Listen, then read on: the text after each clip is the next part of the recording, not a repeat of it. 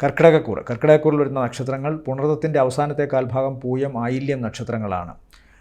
തുടക്കം അഷ്ടമശനിയുടെ തടസ്സം പോലെ ഇവരെ നെഗറ്റീവായി ബാധിക്കുന്നതായി കാണില്ല. ആഴ്ചയുടെ തുടക്കം ഇവർക്ക് സാമ്പത്തിക നേട്ടമാണ് കാണുന്നത്. എന്നാൽ ഒരു ജോലി കിട്ടുമെന്ന് പറഞ്ഞിരുന്നത് ചിലപ്പോൾ ഒരു ചെറിയ അമാന്തമോ പ്രശ്നമോ ഉണ്ടാകാം. ഒരുപക്ഷെ ഈ ആഴ്ചയുടെ അവസാനത്തോടു കൂടി ആയിരിക്കാം ജോലി സംബന്ധമായ കാര്യങ്ങളിൽ എന്തെങ്കിലും സന്തോഷകരമായൊരു തീരുമാനം ഉണ്ടാകുക.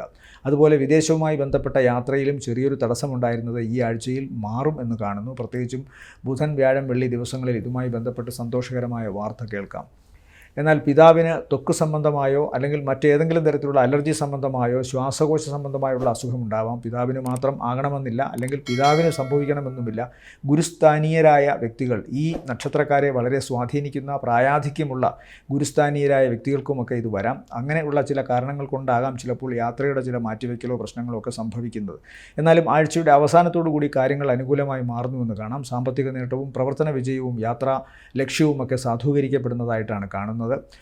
ഇടത്തെ കൈയിലെ ചെറുവിരൽ, അതുപോലെ ഇടത്തെ കൈയിലെ ചെറുവിരലും ഇടത്തെ കൈയുടെ മുട്ടുമൊക്കെ വളരെ ശ്രദ്ധിക്കേണ്ട ഒരു അവസ്ഥ കാണുന്നുണ്ട്. ഈ ഭാഗത്ത് ശാരീരികമായ അവശതയോ ആരോഗ്യ പ്രശ്നങ്ങളോ ഉണ്ടാകാനുള്ള ഇടയുണ്ട്.